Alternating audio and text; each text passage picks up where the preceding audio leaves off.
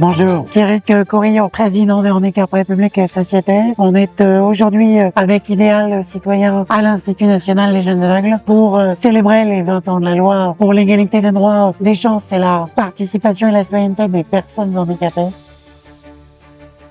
Plutôt comment aujourd'hui, après 20 ans, après un constat, parce que 20 ans c'est beaucoup, qu'est-ce qu'il faut faire et comment il faut faire pour faire avancer la chose.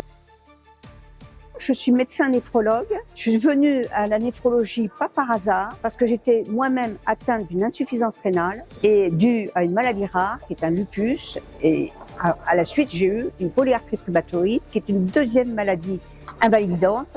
Il y en a une qui se voit pas, c'est l'insuffisance rénale qui est un handicap invisible. Et il y en a une qui se voit plus, c'est la polyarthrite rhumatoïde. Je viens interpeller sur l'accès à la culture pour tous. Alors plus précisément, l'accès à la culture et à l'information pour les personnes déficientes visuelles, aveugles également, mais au sens large, je dirais l'édition adaptée qui concerne également les 10, les sourds, tout ce qui est facile à lire, à comprendre, etc.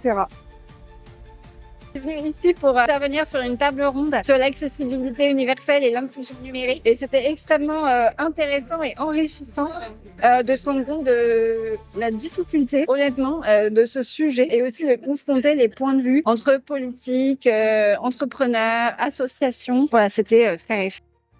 Je suis élève à l'Institut en classe de première. Depuis l'année dernière. Nous, avec mon camarade, on intervient aujourd'hui pour parler de l'inclusion des élèves scolaires et sociales dans les établissements normaux. Voilà, pour dire un peu ce qui va pas, parce que nous, on a fait un recueil auprès de nos camarades et aussi de notre expérience à nous. Et donc, du coup, on vient un peu pour proposer des lois qu'on aimerait bien instaurer. Pour moi, il serait bien de proposer une formation plus profonde pour les AESH, pour qu'ils aient une meilleure connaissance de la déficience visuelle pour aider au mieux les élèves. Je suis fondateur de l'association HandiGamer et de la société HitClick. Donc l'association, elle est là pour aider les joueurs et également aider les établissements médico-sociaux. Donc on va intervenir, on va les aider à créer des ateliers jeux vidéo adaptés où toutes les personnes, les adhérents, les patients vont pouvoir en profiter. Et également, on va concevoir certains périphériques adaptés et faire la chose la plus importante presque, c'est de faire du sur-mesure. Donc on est capable aujourd'hui de réaliser un joystick, une manette, vraiment qui soit adapté à la personne.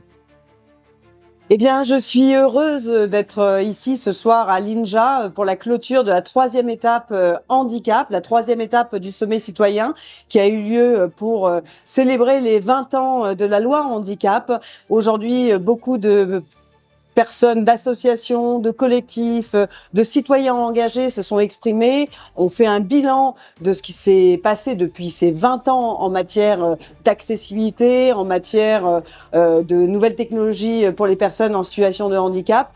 Et on a aussi prononcé des résolutions qui vont être votées au prochain sommet citoyen qui aura lieu le 12, 13, 14 juin à Lille. Mais avant, nous aurons la 4e étape, la 5e étape et la 6e étape, avec une étape culture à Toulon, une étape jeunesse à Marseille, une étape sur les enjeux écologiques à Saint-Sauveur-Gouvernet dans la Drôme. Donc on vous y attend nombreux et pour vous inscrire, c'est www.idéal-citoyen avec un s.fr. Merci.